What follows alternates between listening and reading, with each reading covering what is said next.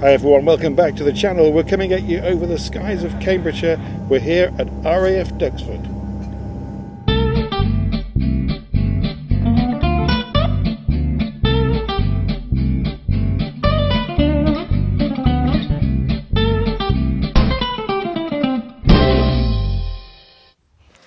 So our base for the week has actually been here in Cambridgeshire at the Highfield Farm Caravan Park. A very quick review. It's a large park, lots of open grassed area, sort of almost set in, I think it's 3 or 4 separate fields really. One area, which is where we are, is adult only, and then there's sort of families, and right at the very far end looks like a little bit of wild camping going on, although there seems to be plenty of electric hookup about. A massive dog walk. Gigantic dog walk, the biggest ever dog walk I've been on, which is basically around a massive field which belongs to the farm. But it's all nicely cut so you can walk very easily around it, which is brilliant. So we've enjoyed it here. It's been a great base for us to go and do and explore all the things we wanted to do. We've been here, it will have been not quite a week. We came here I think about 5 days ago. I think we've done 5 or 6 nights anyway. I really have lost count. We've been away from home for getting on for 2 weeks. And then we're going to be heading over to one of our favourite spots at Mildenhall, which is next. We won't be doing a vlog about Mildenhall because I've done loads, but might put a few bits together that you can see.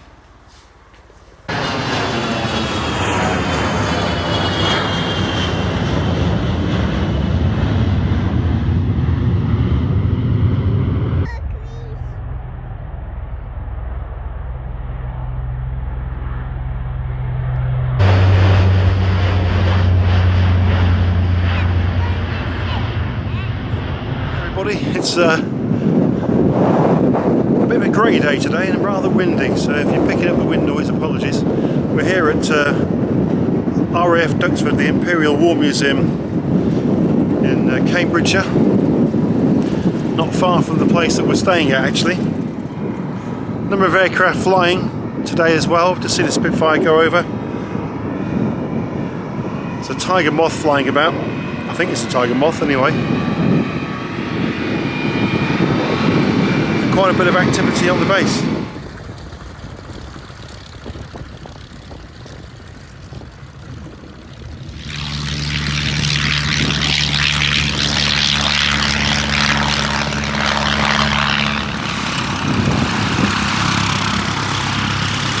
Just coming into shop now, we've got a chipmunk. My father also used to fly these. In fact, unfortunately for him, he's also crashed one and survived to tell the tale. You'll notice on the rear of the plane there's a little wheel under the tail wheel there. Father was fully laden with fuel. This passenger was quite a large chap who was, I think, paying for the privilege of the flight. Had to use all of a grass strip at Sheffield Aero Club, and managed to clear the wall, but from memory, when I was a young boy, that tail wheel that hit the top of the telegraph pole and sent the plane into the nearby wood. Made the local press, and he had to smash the cockpit window to get out.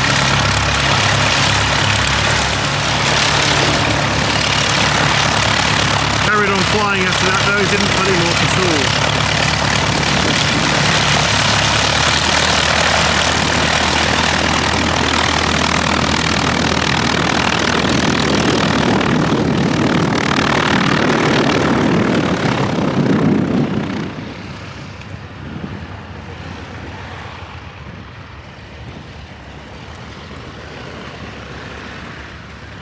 So not every day you get close to a famous machine like this.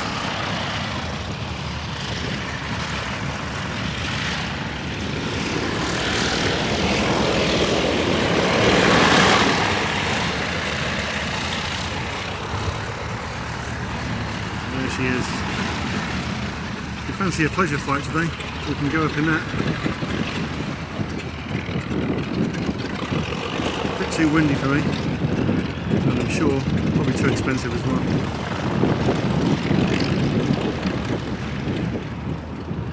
So little bit of an update for you. I'm hoping to get airborne in a moment. Just got to wait and get inside this aircraft to see if I can actually fit in it. That's embarrassing, isn't it? So we'll go and check that in a second. Just stood here by the control tower, and I should be able to get airborne within the hour. Sun's starting to come out here at Duxford, which is brilliant. Just behind me we've got a tiger moth on the ground. You might just be able to make that out. Let me just see if I can zoom in on the tiger moth. Yeah, there's a tiger moth. Could go in that, but it's 150 quid to go in that, and I don't want to pay that much. So this is the aircraft I'm going up in. It's a de Havilland Dragon Rapide. Now, this particular plane was built in 1945, so Helen's a little bit concerned about my welfare when I get in this plane. I'll be alright. Now Dave's decided to try this pleasure flight, but don't worry, because I've got the caravan key and the car keys, just in case anything was to happen, which I hope it doesn't. More fool him though, I wouldn't want to go up in that, it's too old.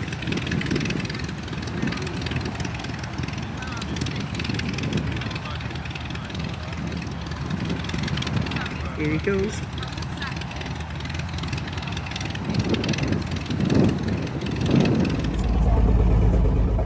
Right, so here goes everything really. I'm not nervous because I mentioned earlier on that my father was a pilot, and when he left the RAF he used to fly lots of planes privately, and as a young boy I was very lucky to be able to go with him, so often used to make it down to the local aero club and fly around in Cessnas and Cherokees and the odd Tiger Moth and Chipmunk and all that stuff. So although Helen was really scared, she didn't want to come with me, I was really quite happy to go up, to be honest. There's Helen just standing by the railings. She's filming me, filming her. A strange sensation. So, as I say, a 1945 biplane. This was originally owned by the gentleman who was the founder of Cathay Pacific, the airline. This was his little family plaything.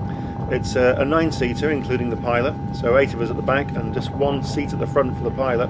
What I did find out afterwards was that this pleasure craft actually crashed at Duxford. I'm glad I found that out afterwards because I probably wouldn't have gone up. Landed on the grass strip, hit a bump apparently, and sort of bounced back in the air. When it came back down, the pilot was trying to rectify it by pushing the stick forward to bring the nose down, and they actually nose-dived into the ground. All passengers on board apparently were all safe and well, thankfully.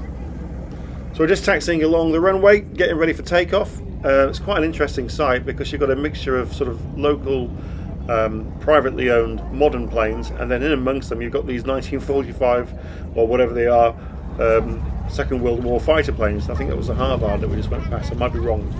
I'm not too gemmed up on all the old planes, to be fair. But what we did have on the left hand side here was a Lancaster Bomber. This one doesn't fly to the best of my knowledge. You can see that the fire engines are out, because what it does do, it comes out of the hangar every now and again. It fires the engines up. Obviously they're very old, and everyone gets to hear those fabulous, I believe, Merlin engines on the Lancaster. But the fire crew are just standing by in case everything goes wrong, which obviously it didn't.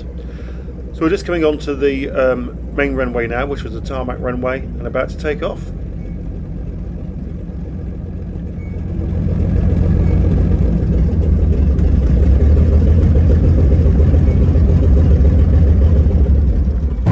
Okay, we're rolling, and time to get this baby airborne.